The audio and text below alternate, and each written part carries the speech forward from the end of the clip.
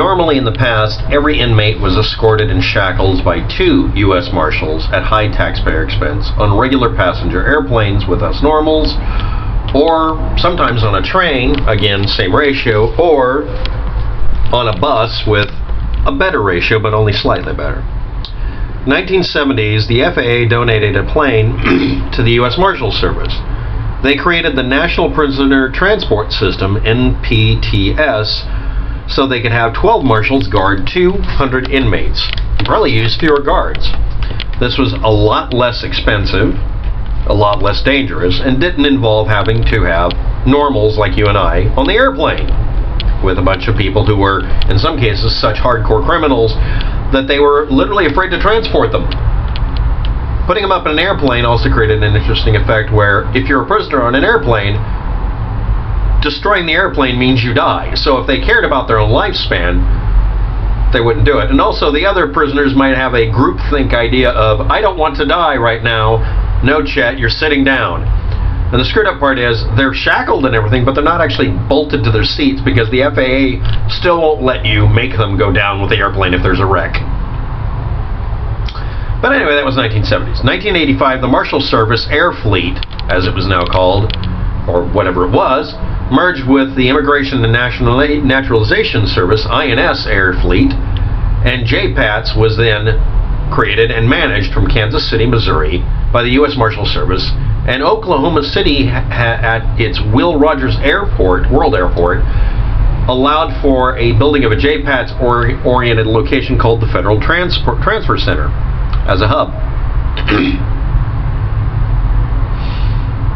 So we've gone from this really screwed up method to something that makes a little bit more sense, because you do have to transport them.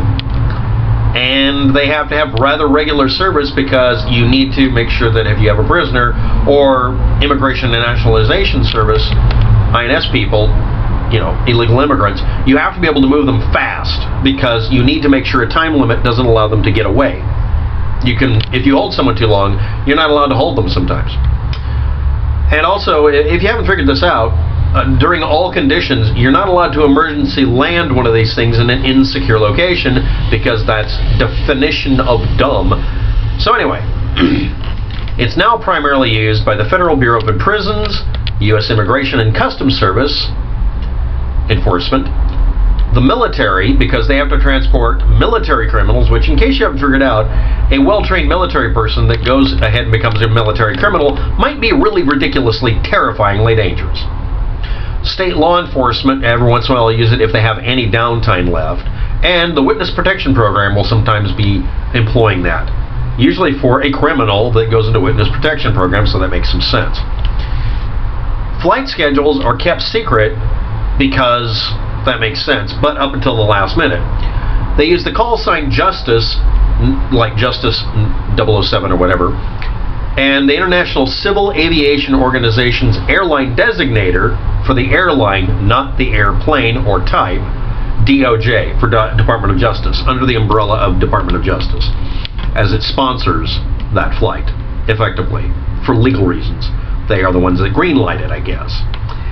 It is the only civilian passenger-carrying air service that was still allowed to continue flying in U.S. airspace after the impacts on September 11th had occurred. Every airplane was allowed to fly beforehand, so the erroneous and bombastically stupid assertion that they were the only airplane that could have rammed the Twin Towers, presuming somehow that they were the only ones allowed in the air and all the airplanes were brought down before the impacts, which is bullshit, is bullshit. And the airplanes they use, well, yeah, they have a secret flight plan, but their designation, including their transponder codes, have to be visible. They're not invisible. They just don't announce it ahead of time. So by the time you could arrange to try to break somebody out of an airplane, which would probably only be doable on the ground, the airplane's already in the frickin' air, and it doesn't have to tell you where it's going. So you have to sit there and monitor it with, at the time, year 2000, really good equipment to try to chase it down, to try to break somebody out when they landed. Or you could try breaking them out in the air. Bain? Capital idea. Get it, Bain? Capital? Nobody ever made that damn advertisement. Why didn't they do that during Batman? Bain Capital Corporation. Anyway. No, really. It was the ad we needed and deserved. Putrid. So anyway, let's get on with it. Now, why am I bringing this up?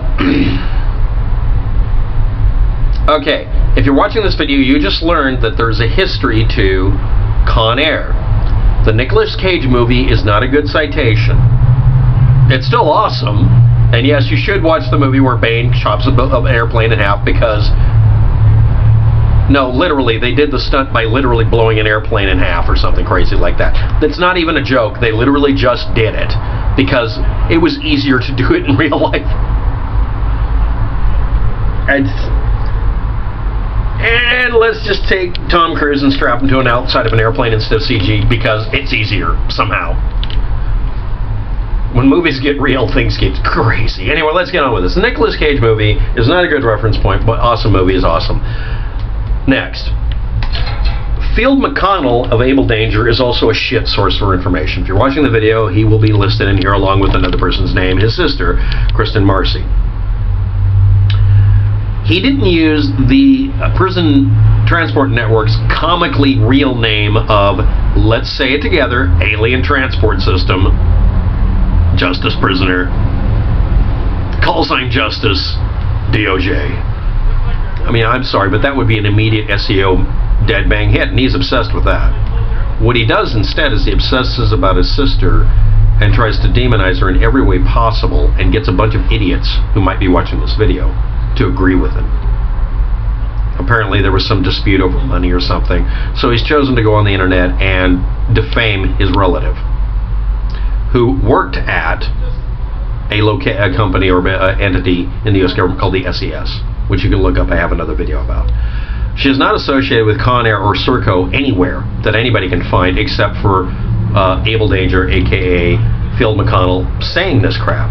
He avoids critique as any search engine activity will lead back to him interfering with the SEO by constantly reposting the assertions in the titles. The only time you'll ever find anything contradicting him will be me and a few other people who point out that it's literally some sort of family squabble where he's gone completely ballistic. The assertion she's associated with SERCO would have to be backed up by something. The assertion she's associated with ConAir would have to be backed up with something. It's not. She didn't start or become a founding member of any of these organizations of any kind. She worked at the SES at one time, and it was listed in a very obscure way that I archived to show that that happened for a period of time in a particular year, years after it started. Field McConnell flat out lies. This is the last part of the video because A, I could cut it off if I get a complaint, and B, it's not the main purpose of the video. My videos may be about conspiracy theories and conspiracy theorists, and attacking the conspiracy theorists sometimes is totally appropriate because they just fucking keep lying. However, based on previous behavior, what we really need to do is educate people in that you can look up the history of something if you stop using the buzzword names and look up the holy crap, I can't believe it, alien transport system. That, and just type that in quotes, you'll actually find the data. This is funny. This should have been used. Any normal YouTuber that's clickbaity would have used that. I'm going to. He didn't, because then you could look up its actual history, and then it has literally nothing to do with his sister. Everything about this guy is shitting on his relative. That should be a giant red flag to anybody. Anyway, blaming his sister for literally space aliens, transport system. And his SEO interference is now DOA, because every time I post one of these videos, I get a flood of angry people that don't like the fact that I include links below the description. And yes, I on purpose wave it in your face by making sure it's a Wikipedia reference to piss you off. Why? Because Wikipedia isn't always wrong.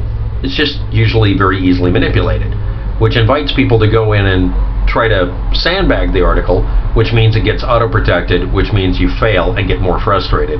But you don't yell at me. You just get angry at Wikipedia for refusing to let you put in bullcrap story. Again, JPATS ICEair ConAir, Justice Prisoner and Alien Transport System, Prison Transport Network's comically real name. That has nothing to do with Field McConnell, his sister, Kristine Marcy, or any of the other things like SERCO, SES, or whatever. Because it doesn't. Thanks for watching. Have a good day. Good luck with that.